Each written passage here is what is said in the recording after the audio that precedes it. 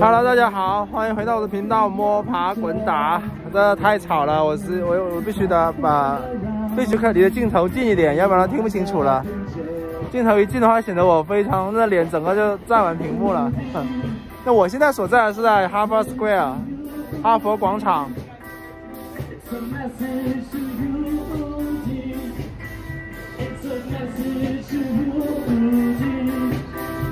就不论我来多少次，永远找不到停车位的地方。然后那鬼地方是有地铁，所以应该是在其实别的什么地方坐地铁来这里是最合适的。那我们在整个哈佛主校区的某个门的前方，哈佛 Square。其实你看到没有什么 Square 可言，就是那人行道宽了一点而已。然后哈佛学生衣食住行什么乱七八糟，娱乐啊、交友啊、恋爱什么都在这条街上面。据说。但是有很多，我觉得哈佛学生应该不会身穿的哈佛 T 恤，可能那傻不拉几的。真正穿着哈佛 T 恤的都不是哈佛的学生。我们来看两个例子，那两个拿着手机的，看见没有？那我们准备待会儿我们准备去搞哈佛 Campus Tour， 就是有哈佛的学生带我们去介绍每栋楼是拿来干嘛的，要不然的话我们在外面看一栋楼，好像意义也不大哈。但是卖票的地方就在这里，但是那几个穿着哈佛 T 恤的，他们并不是哈佛的学生，他们拉了哈佛的学生出来去做兼职。那好，包括在这里这个卖唱的也不是哈佛的学生，抱着狗的也不是。好了，我们就先到这里，待会儿见。Also, when we go between stops, feel free to like ask me any questions if you have any. Hi, can we take a video along the way? Yeah. 前面这个 COOP Harvard 就是我们的导游了。那刚才说我们游哈佛校园呢，主要是2点。第一是哈佛没有什么院系的概念，物理系、化学系什么乱七八糟那些它没有。每个学生呢，他只有一个 concentration， 就是你至于哈佛的假定，每个学生都是那种全才，他只看你感兴趣什么，喜欢学什么。所以呢，课呢发生在哪个教室就这样子，他没有很严格的那种机构划分。但是我找厕所的时候，我还是找到了那个 Math Concentration， 就是专门研究数学的那一帮人的办公室。对，他还是有 Department of Math。然后呢，他也没有。Right here, this is Johnston Gate. It's the oldest and biggest gate of Harvard Yard. It was built in 1889, and it was built by the same person actually who built the Boston Public Library, which is, I'm not sure if you guys have seen it, but it's a very beautiful, very old part of Boston, and you should check it out if you haven't already.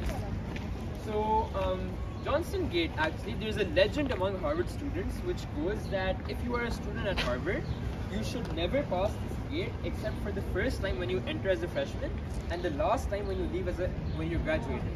And they say that if you enter like in between that time ever, then you get a curse of bad luck. But I don't believe that because I go in and out all the time. Fine.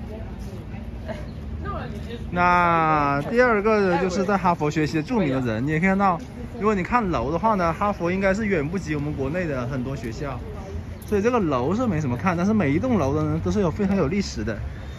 那这个历史呢，也不是说这楼的本身的历史，是美国历史才200年。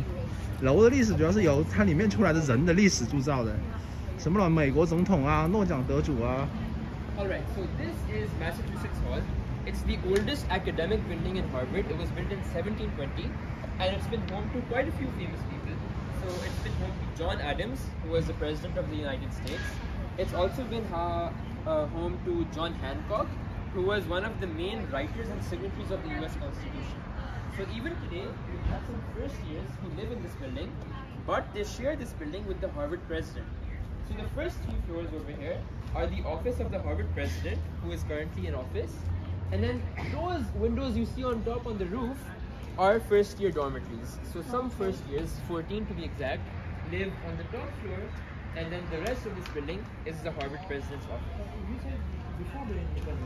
就最上面那些都是哈佛1年级那种 freshman， 就那种哈佛1年级新生的宿舍。下面这些呢，就是那种各个院系什么乱七八糟那些所谓主席 president， 我不知道 president 是他们学校行政，还是说他们学生会里面学生会主席的概念 president 这个东西有时候念很模糊。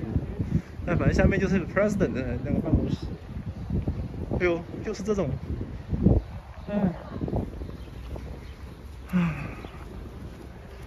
那这里就是《爱在哈佛》的外景了。金泰熙和那谁主演？那两个男的我不记得，我只记得女神金泰熙。爱在哈佛的。Before I tell you anything else, I want you to take a guess of what is the most expensive building per square foot in this yard. Take a guess. Any. Why one? That one? Yeah, everyone says that one, but it's not that one. This one? For me. Actually, the most expensive per square foot building in this whole yard is that grey guardhouse over there. That little one. Yeah, I'll explain why. So basically, when Harvard wanted to build that, they realized that this land was not owned by Harvard, it was owned by the city of Cambridge. So when they made a design for that, Cambridge would reject it, and then they made another design, and Cambridge rejected it, and they had to make 80 plus designs before Cambridge finally accepted that, and they spent $57,000 to make that guardhouse, which is like an entire year's worth of tuition wasted on that. But I don't know why, but that is how it goes. All right. So 就是那个橘色那个保安室是整个校园里最贵的房子。Really old. Harvard was started in 1626, which is only 16 years after the Pilgrims first landed on this continent in Plymouth Rock, which is pretty close by to Boston.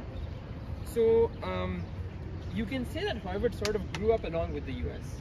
So for example, in the 1700s, Harvard started its first school other than its undergraduate college, which was Harvard Medical School, which was started 7 years before even the US Constitution was written. And then the 1800s are called the decade of development for the US, and you can say the same for the Harvard, because Harvard started divinity school, law school, dental school, and of course the business school. But there was still one thing missing from Harvard. Can you guess what it was? Any guesses? Actually, the thing missing from Harvard was women, because there were no women in Harvard. It was an only male institution, as were most institutions. So that changed, or well, it sort of changed at the end of the 1800s, in the 1890s, when they made a separate school called the Harvard Annex for women. And soon after, that was renamed to that one. That's also Plaza. Okay. And so what professors would do is they would teach the men and they would walk over there and then teach the women almost the same stuff in the afternoon. What about the black people? They were allowed after the Martin Luther King. Yes, yeah. So at 9 and 10. 就整个草坪都铺满了桌子。那如果我们放近距离来看的话，很多桌子其实都已经残破不堪，就是重用了很多次的那种。就即便是哈佛，它也对啊，没有那么阔气。So, as you will see when you guys can go take pictures, it says on the front, John Harvard, founder, 1638. And it's called the Statue of Three Lies because, well, there's 3 lies in this statue. Can anyone tell me what those are? The 3 lies. Okay, so the first one is that it says 1638, but as I told you, Harvard was founded in 1636. So that's the first one. The second one is that it says that John Harvard is the founder, but John Harvard is actually not the founder. Actually, what happened is that when Harvard started, it was just yard, just grass. There were no buildings over here, right? They didn't have anything. So John Harvard was a wealthy minister back in the day, and when he passed away, he gave his private collection of books, his private library, and a small sum of money to Harvard, and they were so grateful that they named the college after him. So that's why it's called Harvard University. So he was not the founder, he was just one of the initial benefactors. And who are the founders? Well, actually, the records don't exist who tells who the founder is, but it was not him. Yeah. So that's that. And then the third lie, which is probably the one which is least known, is that this man who is sitting here isn't actually John Harvard. So I'll explain why. So as I told you, he gave his private library to us, and that was situated in that building over there, which is called Harvard Hall, because, well, it was his library. However, in the 1700s, unfortunately, there was a great fire because of which the whole building burned down. So all the records we had of how he looked, how he was, they all burned down. So when it came to building the statue, no one knew what he looked like. So then there are a few guesses of then who this statue is, right? the first guess is that maybe it's one of his descendants, his sons or grandsons or something.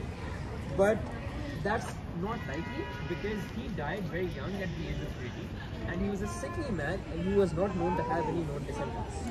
So it's probably not that. So our best guess is another one which I will explain. So before I explain that, I'll have to explain a bit about the presidents of Harvard. So at Harvard, whenever there's a president and when his or her term is completed, Harvard honors them in some way, right? So for example, we had President Lowell, and because of President Lowell, now we have a Lowell House. Because of President Mather, Mather House. President Dunster, Dunster House. Now there was this one other president, his name was President Hoar, H-O-A-R. And well, he was not very liked by the students. He was quite disliked and he was known for flogging the students as well. So when his time as president passed, Harvard was like, I don't think we should name a house after him, that maybe won't sound the best.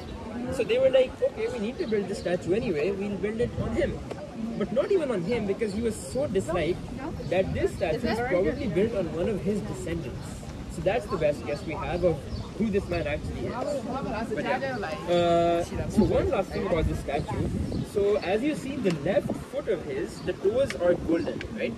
That's because when you see all the tourists and people who come take pictures on this, they touch the foot because it's said that when you touch the foot, it's a thing of good luck.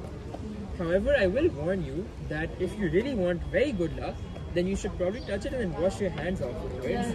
Because, well, it's a statue on an unguarded college campus and, that's all I'm saying.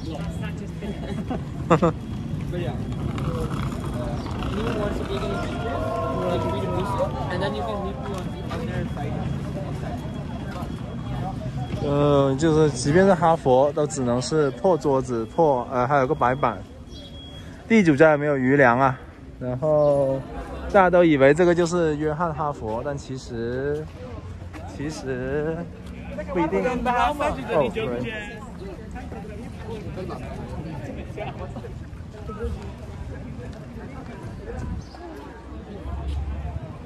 I really like it.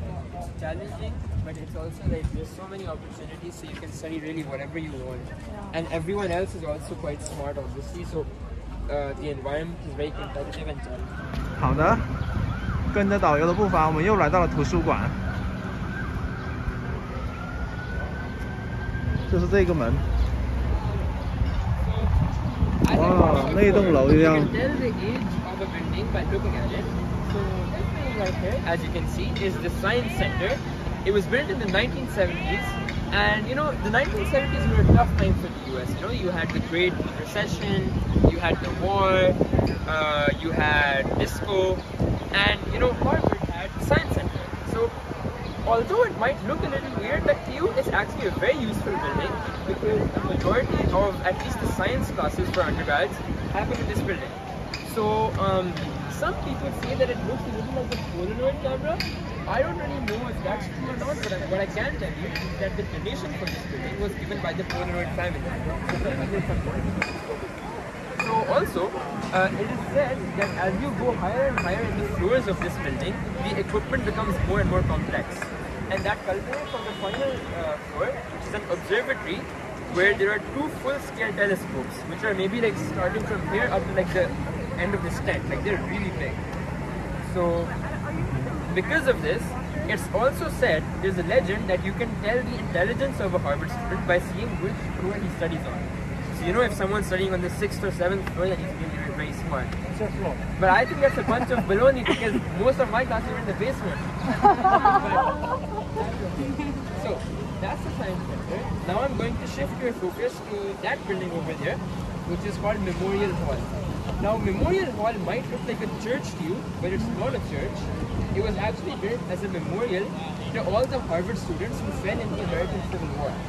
But there is one thing to note here, that it is only a memorial for the Harvard students who fell for the Union side, right? There were some Harvard students who unfortunately also fought for the other side, but this is only to commemorate obviously the students who fell for the Union side. So attached to this big tower, you can't see right now because the trees and the tent are hiding it, but there's a long building which looks like this. So that building, as in it's not the same building, but that part of it is called Annenberg Hall. Annenberg Hall is the first year dining hall, and although we can't go inside unfortunately, if you want to imagine what it looks like, imagine long wooden tables and high, slanted ceilings, glass tinted windows. Basically, imagine Harry Potter, right? Yeah, this is what I thought. No, and actually, it looks very similar to Harry Potter because this dining hall and the Harry Potter dining hall are both inspired from the same thing, which are the Christ Church building in Oxford. So also, the glass tinted windows with all these depictions, etc., especially make it look like a church, but it's not a church actually, because if it were a church, you would see angels and prophets, etc., made of those windows. Scholars and warriors, because it is to commemorate the Harvard students who fell in the American Civil War. So also inside the big tower, on the first floor, is a theater called Sanders Theater. That's a huge semicircular sort of globe-shaped theater which can house over 2,000 people, and that's one of the biggest classes of Harvard.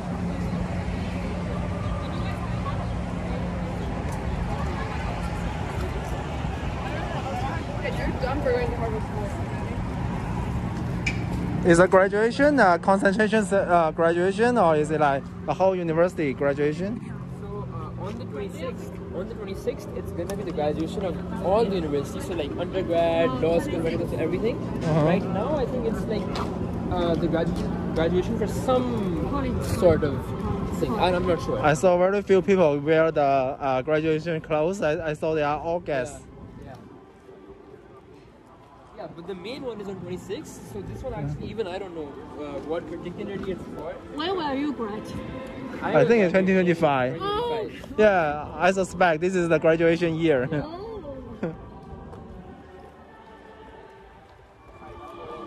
Usually I take people from here, but we can go outside. Yeah. It's called the Harvard Blacksmith Orchestra, and they also perform in Sanders Theater. They practice all year with a professional director and everything.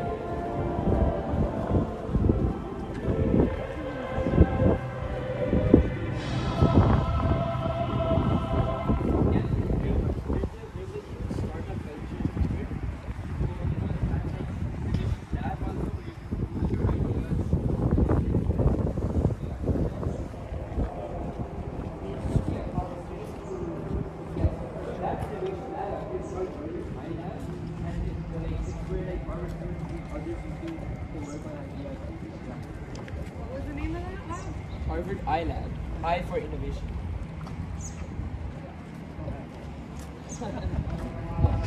This is actually the room where I stayed.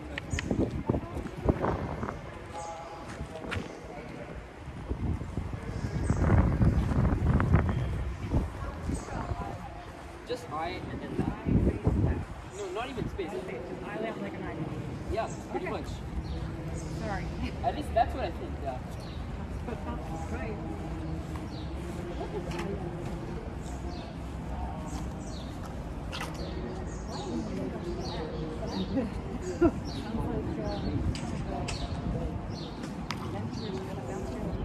Alright, so over here, I'll tell you about Memorial Church, and the yard itself, this part of the yard at least, is called Tercentenary Theater.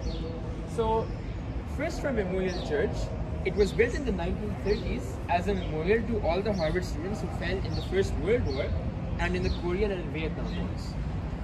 And although, in today's time, Harvard does not have any religious affiliation with any religion, back in the day, Harvard used to train a lot of Puritan and Christian ministers, and that all happened in this church.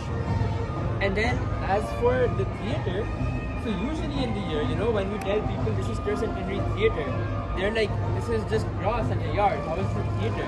But you can actually see right now, when they fill it with seats, the stairs of Memorial Church become the stage, and then the rest is the theater.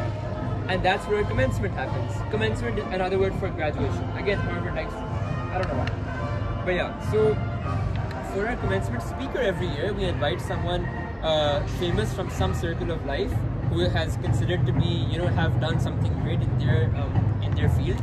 So for example, J.K. Rowling, the writer of Harry Potter, has come one year, Bill Gates, Bill Clinton, Mother Teresa, and so this year, Yeah. I think so. Yeah, I'm pretty sure. So this year actually, Jacinda Ardern, who is the female Prime Minister of New Zealand, she is coming to give the commencement speech day after tomorrow, so that should be nice. Right. Now we'll...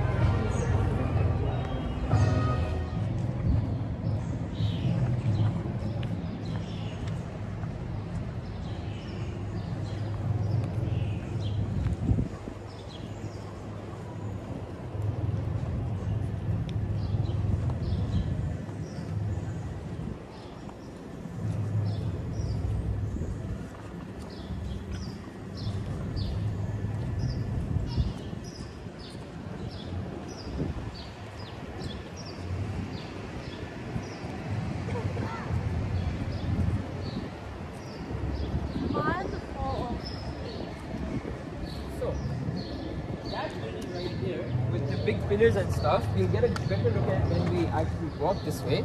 That is Widener Library. It's the most famous library of Harvard, and it's actually the largest private collection of books. So basically, the largest private library in the world. And it's also the largest library as a whole in the US after only the Congress Library in Washington, D.C. So it's called Harry Elkins Widener Library, and I'll tell you why. So Harry Elkins Widener was a student at Harvard who graduated in 1907, and Widener Library was built in 1915. So you might be wondering that only 8 years after this young boy graduated, they named a whole library after him. You know, that's a little weird. So I'll explain why. Basically, Harry Elkins Widener was a bibliophile. He loved books. He loved reading books. He loved gathering books. So after graduating, he went to Europe on a rare book finding mission. So over there, he found things like the Gutenberg Bible, Gutenberg being the first printing press of the world, and he also found some original collections of poetry from people like Shakespeare. So obviously, you know, he was very excited and he wanted to come back to America as soon as possible to show his friends and family what he found. So in 1912, he and his parents found the quickest way of getting from Europe back to America. Are there any guesses what that was? That was the Titanic. So he and his parents booked tickets for the Titanic to come back from Europe to America, and obviously after that you know how it went. But the thing is, they were very wealthy, so they had booked first class tickets to the Titanic, and so when it hit the iceberg, they had access to lifeboats. So what happened was that his mom got on the lifeboat with his rare books, etc. But Harry Elkins Widener himself and his father, they chose to give up their seats to other people. So they both perished while his mother survived. So when she got back to America, obviously she was very sad. She was distraught about his son and her husband. So she comes to Harvard with those rare books, and she says that I will give you $3.5 million, which by the way are $100 million of today's time, if you will build a library, a memorial library in my son's honor. So will you take my money? So you know, they thought long and hard about it for maybe like 2 seconds, and then they were like, of course, we will.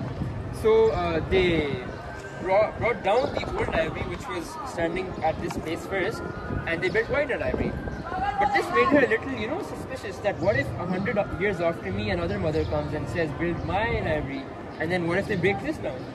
So she gave them 3 conditions which they have to maintain, and if they don't, then Widener Library will become the possession of the city of Cambridge, and that's an issue, as I told you in the start. So what are those 3 conditions? The first condition is that Harvard cannot alter even a single brick of the appearance of Widener Library. So the way you see it right now is the exact way it was when it was built in 1950. The second thing is that they had to build a replica of Harry Elkins Widener's private study room in the library. So the central room when you enter is that, it's a beautiful room. However, part of the condition was that no one is allowed to enter the room except for 2 people. One is the curator, who has to go every day to put fresh flowers there, every day, even today. And the second condition is that, and the second person who can enter the library only, she said, is Harry Elkins Widener himself. I don't know what she believed, but that's what she said. And then the third and final condition she gave, now she believed that if Harry Elkins Widener knew how to swim, then maybe he would have survived and swum the whole Atlantic Ocean. So the third condition, she said, was that Harvard has to have a swimming test for all Harvard students before they graduate. Oh. So Harvard did have a swimming test, but it was abolished in 1970 because of the Americans with Disabilities Act. However, there are still some other universities like MIT who still have a swimming test to this day. But yeah, so now we're gonna pass through this. So this is not a public one, right? There's a total of 50 concentrations in undergrad. So those include like all sorts of things like Slavic languages, Romance languages, folklore and mythology. So yeah, there's also one which is like a comparative study of classics and stuff like that. I think that's off. Yeah, I think the United States. Sorry? That's still called undergraduate and stuff. Yeah. Nomenclature. Yeah, I saw the United States has called hearings on the UFO or something these days. So maybe they believe in something that's mysterious.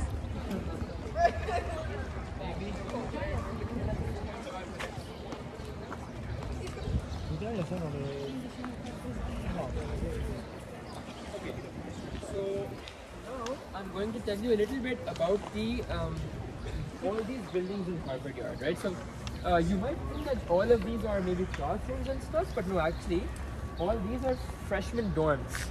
So all first years who come to Harvard, they live in Harvard Yard. So these buildings all around us, most of them are buildings where first years live. So I will tell you about 2 or 3 of them, and I will tell you the famous people who lived in them. So first of all, this one is Weld Hall. So Weld Hall actually was home to quite a few famous people. First of all, there was astrophysicist Neil deGrasse Tyson who lived there. There was also the founder of the National Lampoon, Doug Kenney, and there was also a US President, John F. Kennedy, right? All 3 of them lived in Weld Hall, and although the rooms of Neil deGrasse Tyson and Doug Kenney are still inhabited by students to this day, unfortunately, the room where John F. Kennedy used to live, Harvard built an elevator right through that room. So no one any longer lives in here. So you can say that you can be as famous a president as you can be, and you can be loved by the whole country and the world, but Harvard can still give you the shot. So next up we have Gray's Hall over here, which is called the Hilton of Harvard because it has large spacious rooms, and it was the first one to get running water and cooling and all of that. So this was home to a very infamous Harvard student, which you might or might not know about, Theodore Krasinski, who is also known as the Unabomber. He was basically a serial killer who used to send letters and mail to his victims in which they were bombs, and that's how he did the deed. But yeah, so that we don't end on such a grey note, I will divert your attention to Wigglesworth, which is probably the most interesting name of all of the dorms. So Wigglesworth actually extends from that all the way to the other end of the yard. Wigglesworth was home to Bill Gates, who obviously, so he actually didn't finish his 4 years at Harvard. He dropped out in the middle to work on a little startup idea he had, which was called Microsoft, So, yeah, he didn't. So as I was about to say, so Bill Gates, although he didn't graduate, Harvard later gave him an honorary degree, to honor the great work he did. And someone who was on a similar trajectory was Mark Zuckerberg. He also didn't graduate, but later in his life, Harvard gave him an honorary degree, to honor the great work that he did.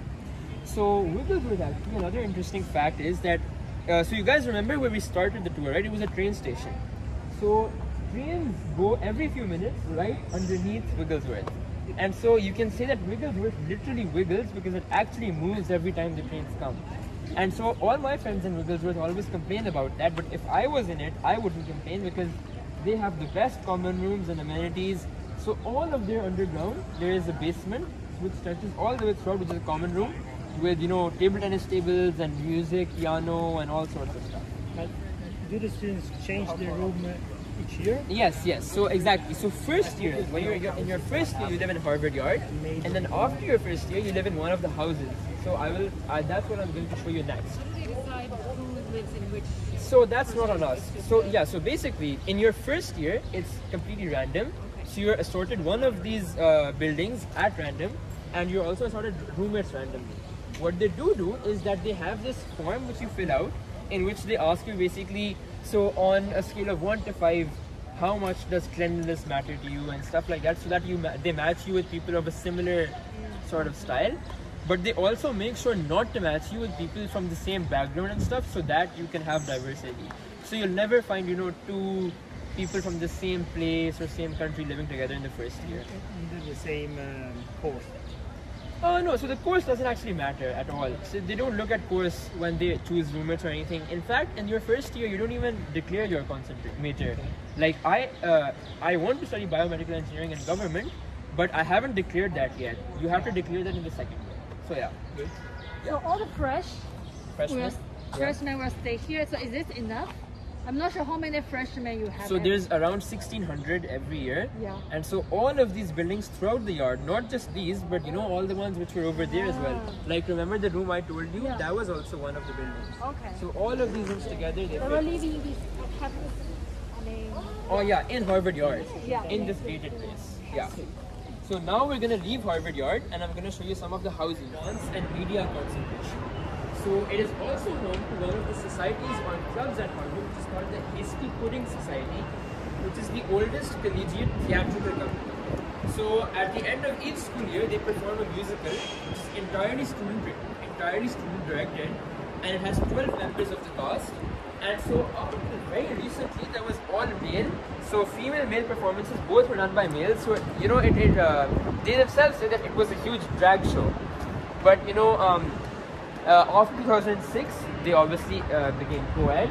And what also happened was that, so what also happens every year is that they have a Woman of the Year and a Man of the Year award, which they present to people who they elect from the circle of the So what they do is, for the Woman of the Year, they have a huge parade of that day board. So if you look at it right now, imagine it full of bags and people with banners and slogans and limousines and all of that. And for the Man of the Year, there's a roast. So the Harvard students all roast him. So examples of people who have been chosen as Woman of the Year or Man of the Year before are Meryl Streep, Martin Scorsese, Matt Damon, Natalie Portman, etc., etc. So yeah. Now let's move on.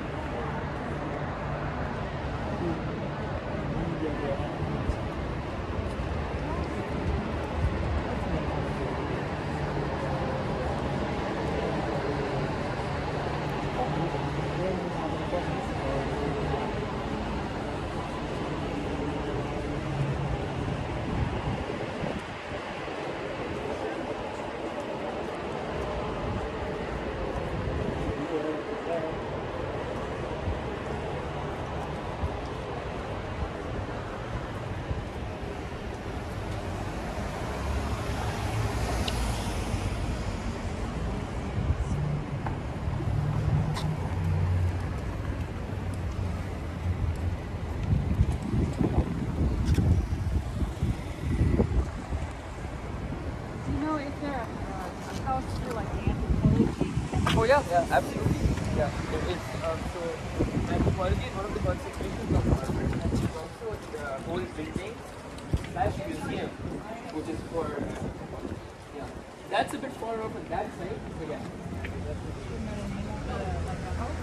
The museum? The house. Yeah, there's a building where there's also classroom and then it's also a museum. There's like anthropology, Harvard,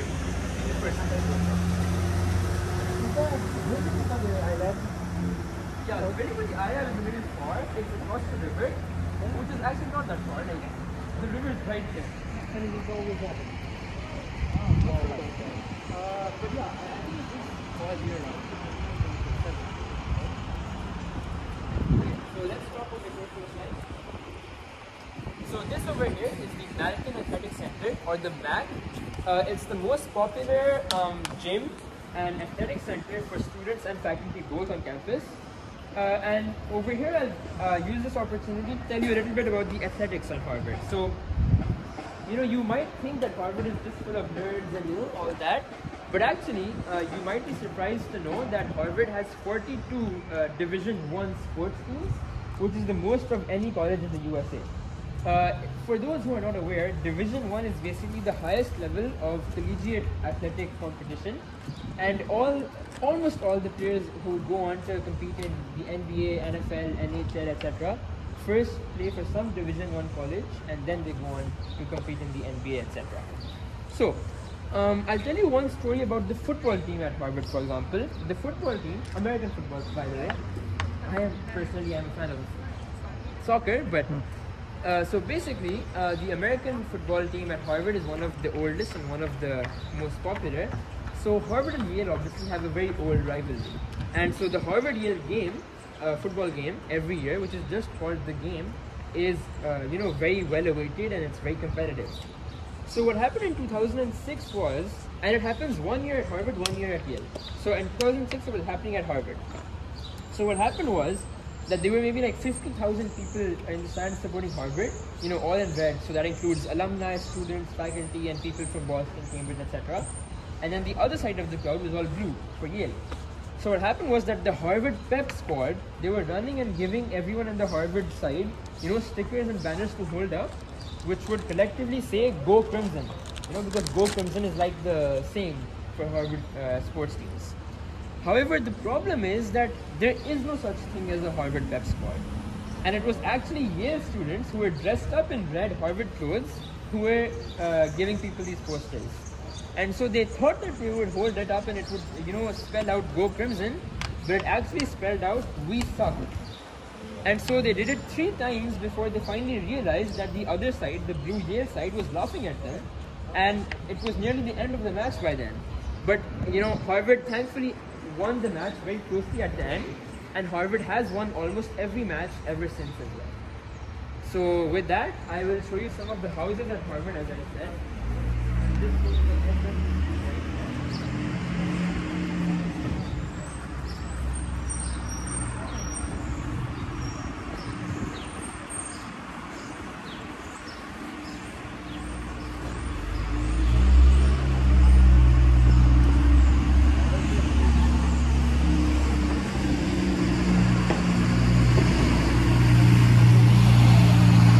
六，我都给你拿出来了。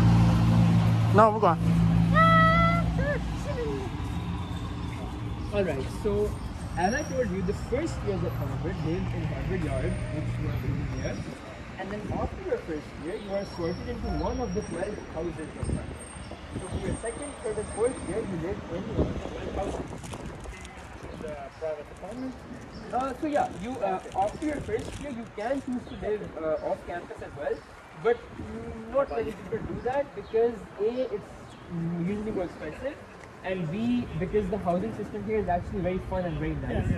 So I think it's actually like 99.4% of Harvard students stay on campus till the end. So very, very few live off campus, but it is a possibility. So yeah, so as I was saying, after your first year, you're sorted into one of the 12 houses of Harvard.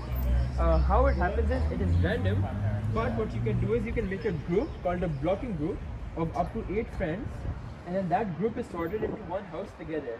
So even though you're sorted randomly, you are there with your closest friends. Randomly, you mean that is there a homeowner in each house, or sort of committee that decides? Yeah, there's a committee that it doesn't decide, it's random. So you're randomly allotted in the house. Yeah. Okay. So this is one of the houses, Lowell House. It has the big white dome, which you might have seen while we were walking here, and you'll get to see it again because we'll go on this street. Lowell House was home to Natalie Portman and Matt Damon, both very famous actors / actresses. So that house right there is Winthrop House, and that was home to John F. Kennedy. And finally, that house was Kirkland House, and actually one of those rooms somewhere over there, I don't remember which one, but it was one of those rooms where Mark Zuckerberg actually lived, and where that's the room where he initially created the Facebook. So initially it was called thefacebook.com, and it was a social media network for only Harvard students. So within 1 month, more than half of the entire student population at Harvard had become members of the Facebook. And then within 4 months, he expanded to Yale, Columbia, Stanford, and then after that, with some help from some of his friends, some people from Harvard Business School, like the CFO of Facebook was actually in Harvard Business School at the time, Sandy Chandler. And so he was advised to cut the out of the name, so it became just Facebook.com. And then he expanded it, obviously, he opened it to the entire world. And from then on, obviously, it's history. You know, he became one of the youngest millionaires ever, now a billionaire, and I'm sure he's living a very good life right now. But yeah, so it was one of those rooms over there where he initially made it, and then he dropped out soon after, but he was given an honorary degree. So now we're going to go back this way for our last stop. At the end of the first year, every first year almost is praying and wishing that they get into Lower House. But obviously not everyone does. I did not, unfortunately. But I also got into a quite nice house, which is Adam House, which is this building plus this building plus the one on its right also. This one is actually the oldest house, and so they're renovating it right now so that, you know, the insides become even cleaner and nicer. But yeah, it is one of the best houses as well. So, I will now take you right across the street over here.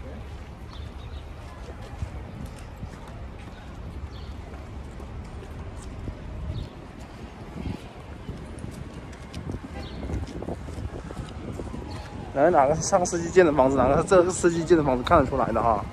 就那种小破砖头。这个，哎呀妈呀，这个是钉子户了。这个绝对是钉子户。So basically, the Harvard Crimson is known as one of the most prestigious clubs at Harvard. It is basically the daily newspaper that we have. It's the oldest collegiate newspaper / magazine in the world, and it's been running since maybe 1700 something.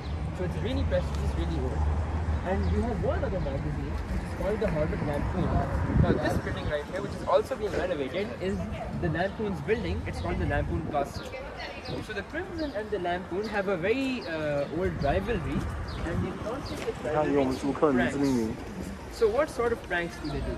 For example, around 30 years ago, what happened was that, so usually at the top of this building, there is a golden eagle, which is the logo of the Lampoon. So what happened 30 years ago was that the Crimson stole that eagle from the top, and not only did they do that, so that was the time of the Cold War. So some Soviet / Russian dignitary was here at that time, and so they gave it to him as a gesture of goodwill, and he took it all the way back to Russia. So at the time, the president of the Harvard Lampoon was Conan O'Brien. Conan O'Brien is the host of the Late Night Show, if you've ever seen that. So what he decided to do is he decided to get back at the Crimson somehow. So how did he do that? So basically, the Crimson has this one chair which is called the President's Chair. Now the President's Chair is very old and it's very prestigious because it's been the same ever since the start of Harvard. And you know, it has every president's name etched into it in gold. So it's obviously a big deal. So Conan O'Brien decided to steal it.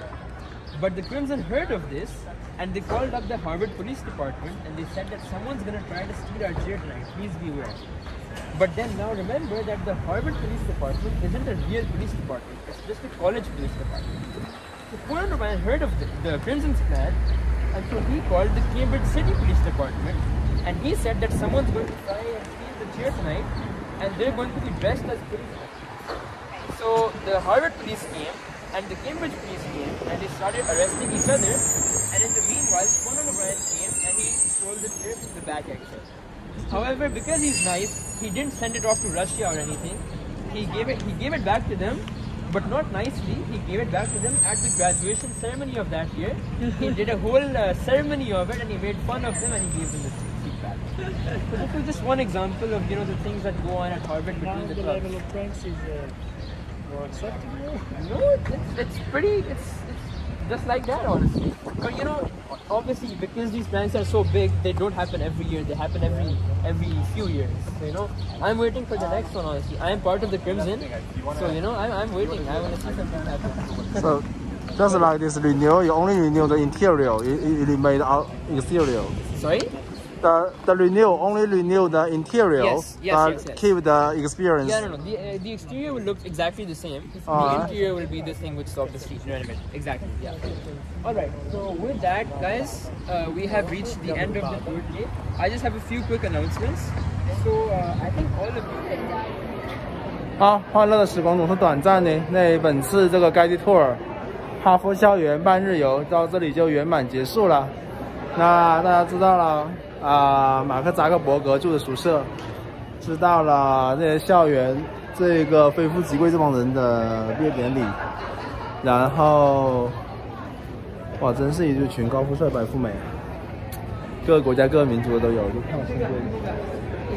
然后知道了哈佛有辍学的传统。那我们本期节目就到这里。基本上这楼吧都是外面很普通，都是那种破砖房，里面都是全部翻修过的，它维持一致的 look and feel 然后是可以感觉到命贵的比例在逐步增大，果然跟传说中一样。然后还有那种很传说中的那种保守派白人，传统中的精英白人，看样子就能看得出来。那行，我们先这样，喜欢我的频道点击评论、订阅、转发、点赞，拜拜。